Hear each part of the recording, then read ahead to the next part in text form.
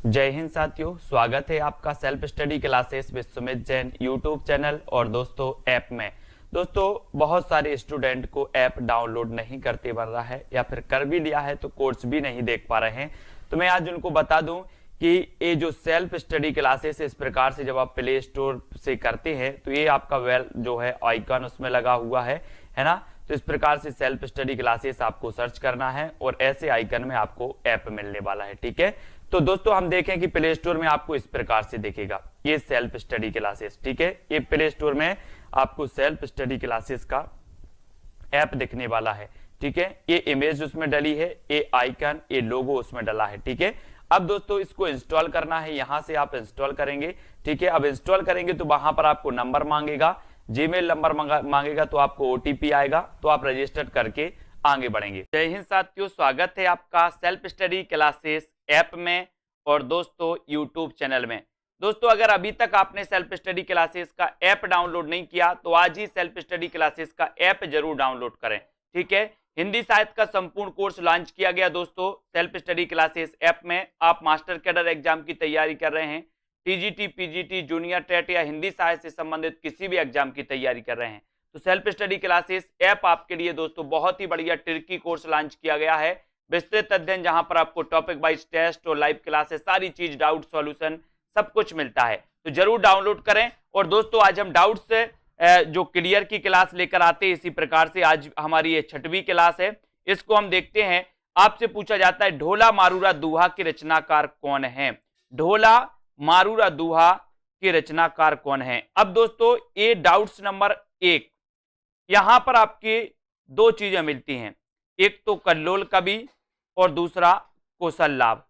ठीक है, अब दोस्तों क्वेश्चन में आपसे जब पूछा जाता है तो एक ही आता है, या तो कौशल लाभ विकल्प में देगा या कल्लोल कवि देगा। ऐसा क्यों? ऐसा इसलिए है कि सबसे पहले जो मूल रचना थी ढोला मारूरा दोहा वो कल्लोल कवि की थी, लेकिन दोस्तों बाद में कौशल लाभ ने इसमें और भी दोस्तों छंद जोड़े, है ना, कुछ पद और जोड़ दिए इस ढोला मारूरा दोहा में, तो ढोला मारूरा दोहा के रचनाकार कौशल लाभ को माना जाने लगा। लेकिन क्वेश्चन पूछा जाता है तो अपन को उत्तर कैसे लगाना? विकल्प अनुसार, क्योंकि ढोला मारूरा दोहा के रचनाकार कल्लोल कवि भी सही है और कौशल लाभ भी सही है। विकल्प अनुसार अपन को उत्तर कल्लोल कवि और कौशल लाभ लगाना, दोनों एक साथ विकल्प में कभी नहीं आएगा। ठीक है, तो ये डाउट्स नंबर 1 आपका क्लियर। दूसरा क्वेश्चन है दोस्तों, आप यहां पर कलम का जादूगर किसे कहा जाता है, यहां से क्वेश्चन आते हैं और दोस्तों कंफ्यूजन यहां से होता है भयंकर, है ना। अगर ये ऐसे क्वेश्चन आपका आएगा कलम का जादूगर तो आपको याद रख लेना राम वृक्ष बेनीपुरी, ऐसे याद कर लेना, बोले वृक्ष की कलम का जादू, वृक्ष की कलम का जादू, वृक्ष की कलम का जादू, तो कलम का जादूगर अगर आए तो राम वृक्ष बेनीपुरी। लेकिन अगर आपसे पूछा जाए कि कलम का जादूगर तो राम वृक्ष बेनीपुरी, कलम का सिपाही तो लगाना प्रेमचंद, कलम का मजदूर किसे कहा जाता है तो प्रेमचंद, भाषा का जादूगर शिव पूजन सहाय को कहा जाता है, और दोस्तों शब्दों का जादूगर कमलेश्वर, शब्दों का जादूगर कमलेश्वर, और बिंब का जादूगर कहा जाता है केदारनाथ सिंह को। तो डाउट्स क्लियर, कलम का जादूगर राम वृक्ष बेनीपुरी, कलम का सिपाही प्रेमचंद को कहा जाता है। ये जीवनी अलग है दोस्तों, एक कलम का सिपाही जीवनी लिखी थी किसने? अमृत राय ने। कलम का मजदूर जीवनी लिखी थी किसने? मदन गोपाल ने। लेकिन अगर कहा जाता है, ये आपसे पूछा जाए कि कलम का सिपाही किसे कहा जाता है तो आप बताओगे प्रेमचंद को। कलम का मजदूर किसे कहा जाता है तो प्रेमचंद को। भाषा का जादूगर किसे कहा जाता तो शिव पूजन सहाय, शब्दों का जादूगर किसे कहा जाता तो कमलेश्वर, बिंब का जादूगर केदारनाथ सिंह। ठीक है, तो इनको दोस्तों अपन को पढ़ना है, इनको याद करना है। ठीक है, और कलम का जादूगर पूछा गया था तो उत्तर होगा राम वृक्ष बेनीपुरी। क्वेश्चन कैसे भी आपसे पूछ लिया जाए आपको तैयार रहना है। ठीक है, अगला डाउट्स दोस्तों अपना है कवि सम्राट किसे कहा जाता है। दो क्वेश्चन यहां से बनते हैं, कौन कौन से? एक तो आपसे पूछा जाता है उपन्यास सम्राट किसे कहा जाता है, दूसरा क्वेश्चन आपसे पूछा जाता है कवि सम्राट किसे कहा जाता। तो दोनों में डाउट्स होता है कभी कभी। तो उपन्यास सम्राट अगर आपसे पूछा जाए तो आपको लगाना है प्रेमचंद, और अगर कवि सम्राट आपसे पूछा जाए तो आपको लगाना हरिऔध। हरिऔध ने दोस्तों नागरिक प्रचारिणी सभा में निःशुल्क सेवाएं दी थी, इसलिए वहां से इनको कवि सम्राट की उपाधि मिली थी। तो कवि सम्राट हरिऔध और उपन्यास सम्राट प्रेमचंद। बोले हरि चाहे तो कवि को सम्राट बना दें, हरि चाहे तो कवि को सम्राट बना दें, तो हरि से हरिऔध और कवि सम्राट हरिऔध, है ना, उपन्यास सम्राट प्रेमचंद। Doubts clear? अगला देखो, यहां पर आते छायावाद का प्रवर्तक किसे माना जाता है। यहां भी बहुत सारे लोगों को डाउट्स है। कैसे? सबसे पहले तो क्वेश्चन नॉर्मल पूछा जाता है। कुछ लोगों की मन में धारणा है उत्तर मुकुटधर पांडे। यहां पर मुकुटधर पांडे नहीं होगा। अगर क्वेश्चन ऐसा आता है कि छायावाद का प्रवर्तक किसे माना जाता है, तो आपका राइट आंसर हो जाएगा जयशंकर प्रसाद। अगर आपसे पूछा जाता है कि रामचंद्र शुक्ल ने छायावाद का प्रवर्तक किसे माना, तब आपका 100% उत्तर होगा मुकुटधर पांडे। अगर आपसे क्वेश्चन पूछा जाता है कि नंद दुलारी वाजपेयी ने छायावाद का प्रवर्तक किसे माना, तब आपका 100% उत्तर होगा पंत को। लेकिन नॉर्मल क्वेश्चन अगर पूछा जाता कि छायावाद का प्रवर्तक किसे माना जाता, तब आपका उत्तर होगा जयशंकर प्रसाद। ठीक है। और अगर आपसे पूछा जाता है कि ईला चंद्र जोशी ने छायावाद का प्रवर्तक किसे माना, तब आपका उत्तर भी होगा क्या? जयशंकर प्रसाद। तो यहां पर 4 विकल्प, 4 प्रश्न आपके बन जाते। रामचंद्र शुक्ल ने किसे माना? मुकुटधर पांडे। नंद दुलारी वाजपेयी ने किसे माना? पंत को। ईला चंद्र जोशी ने किसे माना? जयशंकर प्रसाद को। और नॉर्मल अगर पूछा जाता है तो जयशंकर प्रसाद। Doubts clear? बहुत बढ़िया, लाइक जरूर कर देना दोस्तों। यहां पर देखो, राग गोविंद किसकी रचना है, या राग गोविंद की रचनाकार कौन है, ऐसा क्वेश्चन आपसे आता है। तो आप दोस्तों कंफ्यूज होते किसमें? एक रचना है गीत गोविंद, और एक रचना है राग गोविंद, और एक रचना है गीत गोविंद की टीका, है ना। तो इसको आप देखो, समझो। राग गोविंद, बोले राग किया गोविंद से किसने? राग किया गोविंद से किसने? मीराबाई ने। तो राग गोविंद की रचनाकार मीराबाई होंगे कि जयदेव? बोले सर नहीं, राग तो मीराबाई ने किया गोविंद से, इसलिए राग गोविंद मीराबाई, है ना। बोले गीत गोविंद के गाए किसने? जयदेव ने, है ना। गीत गोविंद के गाए जयदेव ने, तो गीत गोविंद के रचनाकार जयदेव, राग गोविंद की रचनाकार मीराबाई। ठीक है। अब दोस्तों आपसे पूछा जाता है एक क्वेश्चन और, गीत गोविंद की टीका, गीत गोविंद की टीका, तो गीत गोविंद की टीका किसकी रचना है? तो ये गीत गोविंद की टीका मीराबाई की है। गीत गोविंद की टीका मीराबाई, गीत गोविंद जयदेव, और राग किया गोविंद से मीराबाई ने, तो मीराबाई। Clear doubts? लाइक जरूर कर देना दोस्तों। ठीक है। सरस्वती पत्रिका के संस्थापक कौन थे? अब दोस्तों यहां क्या डाउट्स होता है वो देखो। सबसे पहले तो यहां एक तो होता है संस्थापक और संपादक। संपादक में, ये संस्थापक और संपादक में डाउट्स होता आपके अंदर कि आपने पढ़ा था कि सरस्वती पत्रिका के संपादक आपने अधिकांश महावीर प्रसाद द्विवेदी को पढ़ा, लेकिन आज ये डाउट्स आपका क्लियर होने वाला है दोस्तों। अगर ऐसा क्वेश्चन आए कि सरस्वती पत्रिका के संस्थापक कौन है, संस्थापक कौन है, तब आपका उत्तर हो जाएगा क्या? चिंतामणि घोष। संस्थापक अगर पूछा जाएगा तो चिंतामणि घोष। अगर आपसे पूछा जाए कि सरस्वती पत्रिका के प्रथम संपादक कौन थे, तो प्रथम संपादक में आपका उत्तर हो जाएगा श्याम सुंदर दास। ये प्रथम संपादक थे। क्या थे? संपादक। और फिर अगर आपसे पूछा जाए कि दोस्तों सरस्वती पत्रिका के जो संपादक थे वो कौन थे, अगर ये ऑप्शन में आपके नहीं आ रहा है और महावीर प्रसाद द्विवेदी आपका दिया है, तो आप महावीर प्रसाद द्विवेदी लगाओगे। ठीक है। लेकिन ऐसा क्वेश्चन आता है कि महावीर प्रसाद द्विवेदी सरस्वती पत्रिका के संपादक कब बने, तो कब बने? 1903 में ये बने थे, है ना। प्रथम संपादक कौन थे? श्याम सुंदर दास। स्थापना किसने की थी या संस्थापक कौन थे? तो चिंतामणि घोष। एक और क्वेश्चन, सबसे पहले सरस्वती पत्रिका कहां से प्रकाशित हुई थी?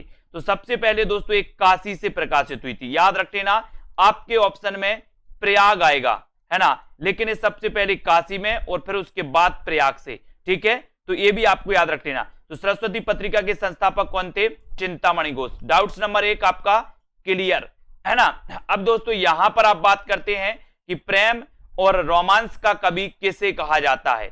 डाउट्स नंबर 2, यहां पर कैसे? एक क्वेश्चन आपका पूछा जाता है छई रोमांस का कवि किसे कहा जाता है। दूसरा क्वेश्चन आपका पूछा जाता है प्रेम और रोमांस का कवि किसे कहा जाता है। दोनों में डाउट्स, छई रोमांस और प्रेम और रोमांस। ठीक है, तो इसको याद रख लेना दोस्तों कि प्रेम और रोमांस, प्रेम की बात आई तो बोले हमारे अंचल में भी प्रेम किया जाता है, अंचल में, है ना। और छई रोमांस का कवि कौन है, तो छई रोमांस का कवि कौन है, बच्चन। बोले बच्चन क्या करते हैं, बच्चन से बच्चे, बच्चे क्या करते, बोले छई रोमांस करते, छई रोमांस कौन करते, बच्चन। तो बच्चन से छई रोमांस के कवि कहलाते हैं, इन्हें कहा जाता है। और प्रेम और रोमांस का कवि कहा जाता है दोस्तों रामेश्वर शुक्ल अंचल को, है ना। इन्हें प्रेम और रोमांस का कवि कहा जाता है, याद रख लेना। डाउट्स नंबर 2 आपके यहां पर क्लियर हो जाता है ना। प्रेम और रोमांस का कवि रामेश्वर शुक्ल अंचल और छई रोमांस का कवि हरिवंश राय बच्चन, ठीक है। ओके, लाइक जरूर कर देना, अपने मित्रों तक ये सीरीज को जरूर दोस्तों शेयर करें, डाउट्स वाली सीरीज। हिंदी का स्टील किसे कहा जाता है, आपसे पूछा जाता है, तो आप क्या बताओगे, हिंदी का स्टील किसे कहा जाता है, बताइए। 4 विकल्प हैं, अगर आपसे उत्तर बन रहा है तो आपको जरूर बताना है।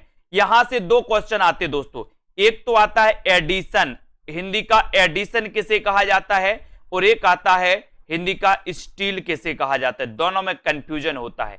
तो आपको कैसे याद रखना, हिंदी का स्टील, बोले सर हम स्टील के क्या लगवाएंगे, बाल लगवाएंगे, अपने जो बाल होते हैं ना, बाल स्टील के लगवाएंगे, काहे के, स्टील के। तो अब आपसे कभी भी पूछा जाएगा कि हिंदी के स्टील किसे कहा जाता, तो स्टील से आपको याद आ जाएगा कि हमें स्टील के बाल लगवाएंगे, तो बालकृष्ण भट्ट को हिंदी का स्टील कहा जाता है। हिंदी का माउंटेन भी इन्हें कहा जाता है दोस्तों, बालकृष्ण भट्ट को, ठीक है। अब फिर आएगा आपका हिंदी का एडिशन किसे कहा जाता है, तो एडिशन कहा जाता है किसे, प्रताप नारायण मिश्र को। यहां पर आया सन, और सन का बोले सर बहुत प्रताप होता है, एक सन माने सूर्य, एक सन माने पुत्र, दोनों ही का प्रताप होता है, सूर्य का भी होता है और पुत्र का भी बहुत प्रताप होता है ना। तो एडिशन किसे कहा जाता, प्रताप नारायण मिश्र को, और स्टील किसे कहा जाता, बालकृष्ण भट्ट को। भूलना नहीं है, दोनों क्वेश्चन आते हैं, ठीक है। भारतेंदु प्रगेंदु, भारतेंदु प्रगेंदु किसे कहा जाता है, क्वेश्चन आपके लिए। अब यहां पर डाउट्स कैसा बनता है, यहां पर दोस्तों भारतेंदु आ जाता है, भारतेंदु, तो लोग क्या लगा देते हैं, भारतेंदु लगा देते हैं, आओ देखा ना ताओ, और लगा दिया भारतेंदु, नहीं लगाना। भारतेंदु प्रगेंदु कहा जाता है दोस्तों नाथूराम शर्मा शंकर को, है ना। ये डाउट्स आपको दूर करना है, भारतेंदु प्रगेंदु कहा जाता है किसे, नाथूराम शर्मा शंकर को। ये कुछ लोग लगा देते हैं भारतेंदु, जिन्होंने नहीं पढ़ा, अब आपने पढ़ दिया तो लगाना नहीं है। भारतेंदु प्रगेंदु की जो उपाधि है वो नाथूराम शर्मा शंकर की है ना। अगला डाउट्स देख लेते हैं, अगला डाउट है दोस्तों 20वीं सदी का बाणभट्ट किसे कहा जाता है, 20वीं सदी का बाणभट्ट। तो ये तो नॉर्मल क्वेश्चन है, सभी से बनेगा, 20वीं सदी का बाणभट्ट किसे कहा जाता है, तो आपको पता है दोस्तों वो किसे कहा जाता है, हजारी प्रसाद द्विवेदी को। नॉर्मल क्वेश्चन रखा गया आपके लिए, ठीक है। तो 20वीं सदी का बाणभट्ट आपसे पूछा जाएगा तो हजारी प्रसाद द्विवेदी। आपको पता है दोस्तों हजारी प्रसाद द्विवेदी की हिंदी साहित्य का आदिकाल, हिंदी साहित्य का उद्भव और विकास, है ना, हिंदी साहित्य की भूमिका, इन्होंने ये 3 बहुत ही श्रेष्ठ ग्रंथ लिखे। कबीर नामक दोस्तों इन्होंने ग्रंथ भी लिखा, एक रचना की इन्होंने कबीर नामक, है ना। ये सारी की सारी चीजें आपको याद करनी है और इसी प्रकार से बने रहना डाउट्स वाली क्लास में। तो श्रृंगार काल किसने कहा, अब यहां से 2 क्वेश्चन पूछे जाते दोस्तों, कंफ्यूज होते लोग कि श्रृंगार काल मिश्र बंधु ने कहा या दोस्तों विश्वनाथ ने कहा, है ना, विश्वनाथ प्रसाद ने कहा। यहां पर आपको कंफ्यूजन होता है, ये विश्वनाथ, ठीक है। तो आपका यहां पर दोस्तों याद रख लेना है कि रीति काल को जो श्रृंगार काल कहा वो किसने कहा, विश्वनाथ प्रसाद ने। यानी कि ये नंबर जो है वो बिल्कुल सही है, क्योंकि श्रृंगार तो विश्व के लोग करते हैं, विश्व के लोग करते हैं, तो विश्वनाथ प्रसाद क्या बोलेंगे, रीति काल को श्रृंगार काल कहेंगे, है ना। फिर आपसे एक क्वेश्चन और आता है कि रीति काल को अलंकृत काल किसने कहा, तो यहां पर डाउट्स आपका रहता है और क्वेश्चन पूछा भी जाता है। तो अलंकृत काल किसने कहा, मिश्र बंधुओं ने, अलंकृत काल कहा है मिश्र बंधुओं ने, और दोस्तों श्रृंगार काल कहा है विश्वनाथ प्रसाद ने, ठीक है। तो डाउट्स आपका क्लियर हो गया। अब दोस्तों बात करते हैं अगले प्रश्न की, रीति काल का प्रवर्तक किसे माना जाता है, एक नॉर्मल क्वेश्चन आपसे पूछा जाता है, तो आप कंफ्यूज होते क्योंकि आपको पता है रीति काल का प्रवर्तक रामचंद्र शुक्ल ने किसे माना, चिंतामणि को। श्याम सुंदर दास ने किसे माना, केशव दास को। डॉक्टर नगेंद्र ने किसे माना, केशव दास को, है ना। और कालक्रम की दृष्टि से अगर देखें तो कौन होंगे, कृपाराम, ठीक है। तो आपसे देखो कितने प्रकार से क्वेश्चन पूछे जाएंगे। सबसे पहले क्वेश्चन पूछा जाएगा रीति काल का प्रवर्तक किसे माना जाता, तो आपको उत्तर लगा देना है केशवदास। ठीक है, फिर आपसे पूछा जाएगा डॉक्टर नरेंद्र रीतिकाल का प्रवर्तक किसे माना, उत्तर लगा देना केशवदास। फिर आपसे पूछा जाएगा श्याम सुंदर दास ने रीतिकाल का प्रवर्तक किसे माना, तो उत्तर लगा देना केशवदास। लेकिन आपसे पूछा जाएगा कि रामचंद्र शुक्ल ने रीतिकाल का प्रवर्तक किसे माना, तो आपका उत्तर हो जाएगा क्या, चिंतामणि। आपका उत्तर चेंज हो जाएगा, चिंतामणि सही होगा। लेकिन अगर आपसे पूछा जाएगा कि कालक्रम की दृष्टि से रीतिकाल के प्रवर्तक कौन माने जाते हैं, तो उत्तर हो जाएगा कौन दोस्तों, कृपाराम। कृपाराम। ठीक है, तो यहां पर आपके 3-4 प्रश्न रहते हैं जिसमें आप हमेशा दोस्तों क्या कंफ्यूज होते रहते हैं। Clear doubts. अगला क्वेश्चन, अगला क्वेश्चन है दोस्तों, हिंदी साहित्य का प्रथम बड़ा महाकाव्य कौन सा है, कौन सा है, ये क्वेश्चन आता है, तो आप कंफ्यूज नहीं होना। प्रथम जो बड़ा महाकाव्य है वो बड़ा महाकाव्य है दोस्तों पद्मावत।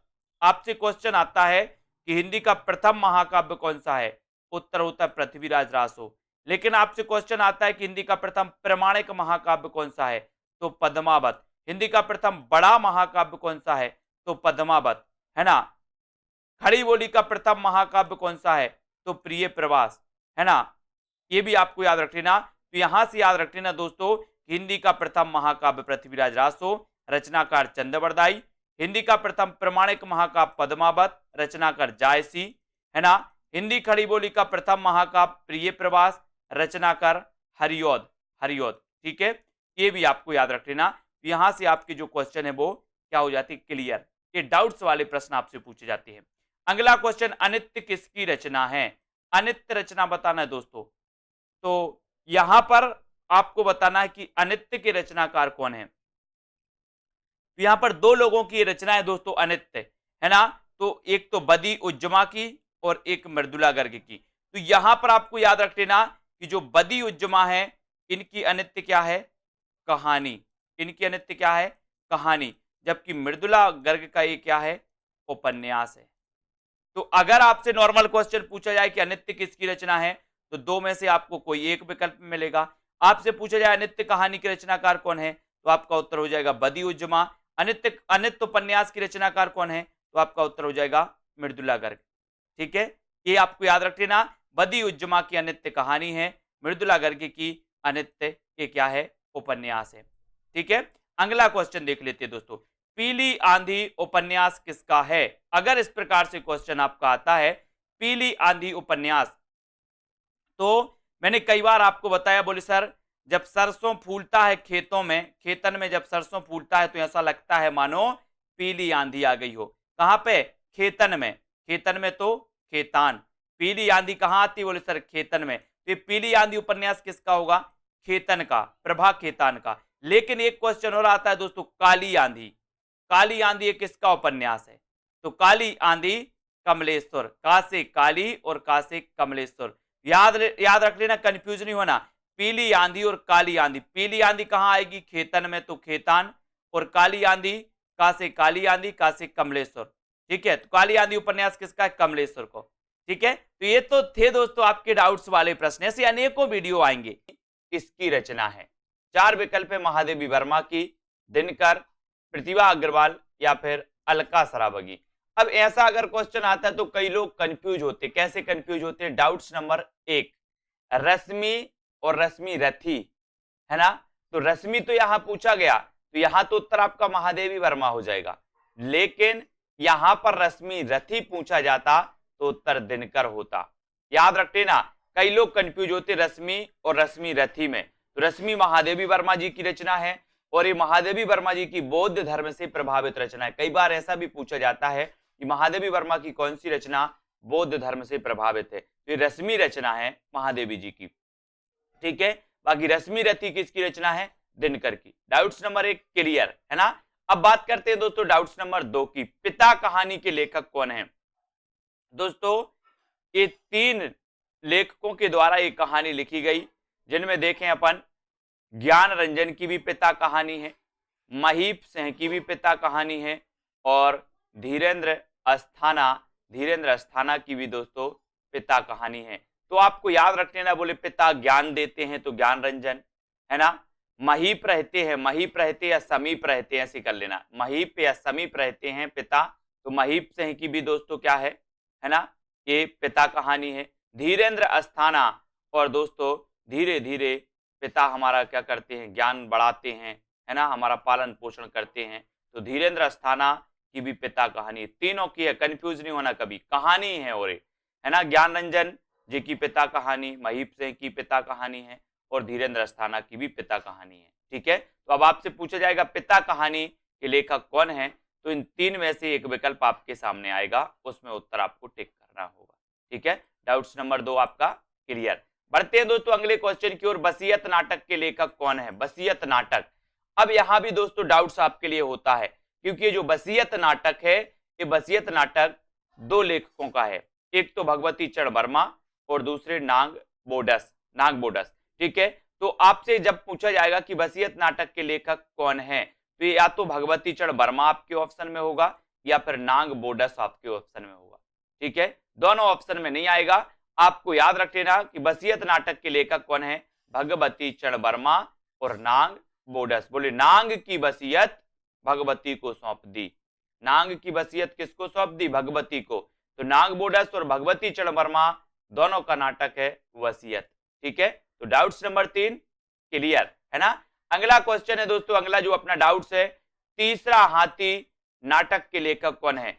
एक क्वेश्चन पूछा जाता है अंधों का हाथी और दूसरा क्वेश्चन पूछा जाता है तीसरा हाथी, दोनों में कंफ्यूजन होता है, तीसरा हाथी और अंधों का हाथी।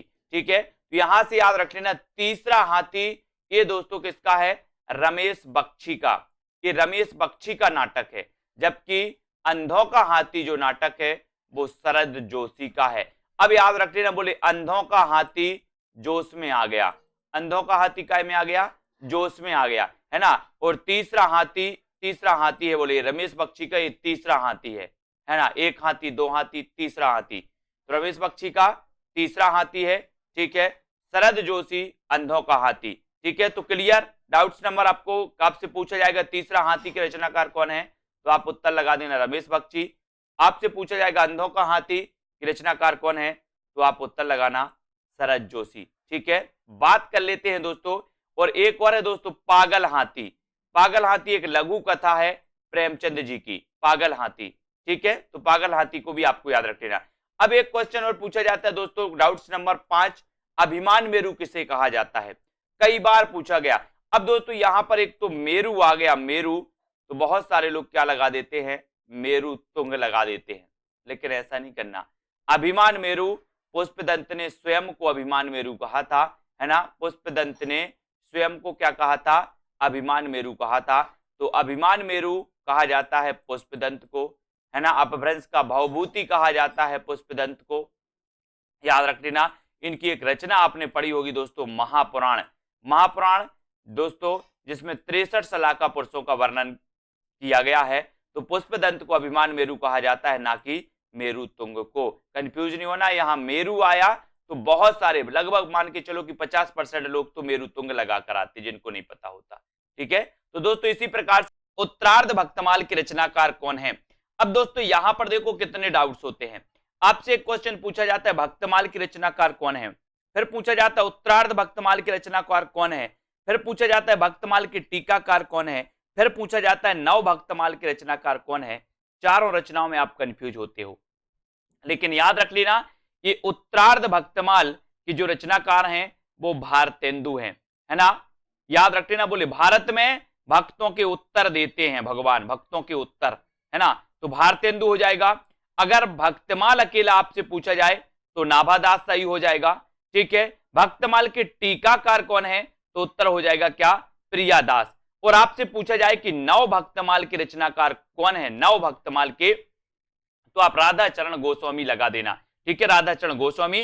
तो आपके 4 प्रश्न यहां से बनते हैं, भक्तमाल के रचनाकार नाभादास, उत्तरार्ध भक्तमाल के रचनाकार भारतेंदु, है ना। फिर आपसे पूछा जाता है भक्तमाल के टीकाकार प्रियादास, नव भक्तमाल के रचनाकार कौन है, तो राधा चरण गोस्वामी। ठीक है, डाउट्स नंबर 1 क्लियर। दूसरी बात करते महापात्र किसे कहा जाता है, तो महापात्र आपको बताना है दोस्तों, निराला, नरहरि बंदीजन, रहीम या फिर विद्यापति में से। तो यहां पर जो डाउट्स नंबर आपका 2 है, क्या डाउट्स होता है, जिनने नहीं पढ़ा वो महापात्र को सीधे सीधे लगा के आते हैं क्या, निराला।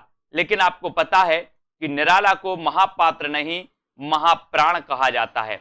महाप्राण निराला को, जबकि महापात्र कहा जाता है नर हरि बंदीजन। बोले हम हरि के, नर जो हैं वो हरि के महापात्र हैं, याद रख लेना। नर हरि बंदीजन इन्हें महापात्र कहा जाता है और निराला को कहा जाता है महाप्राण। बोले हमारा महाप्राण निराला है, हमारा महाप्राण निराला है। इस प्रकार से तो डाउट्स नंबर 2 क्लियर। बात करें 3 की, उसने कहा था कि रचनाकार कौन है, आपसे पूछा जाएगा उसने कहा था कि रचनाकार कौन है। तो ये तो सबको पता है कि सर ये जो कहानी है ये फ्लैशबैक शैली में लिखी गई कहानी है और इस कहानी के जो लेखक है वो चंद्रधर शर्मा गुलेरी है ना।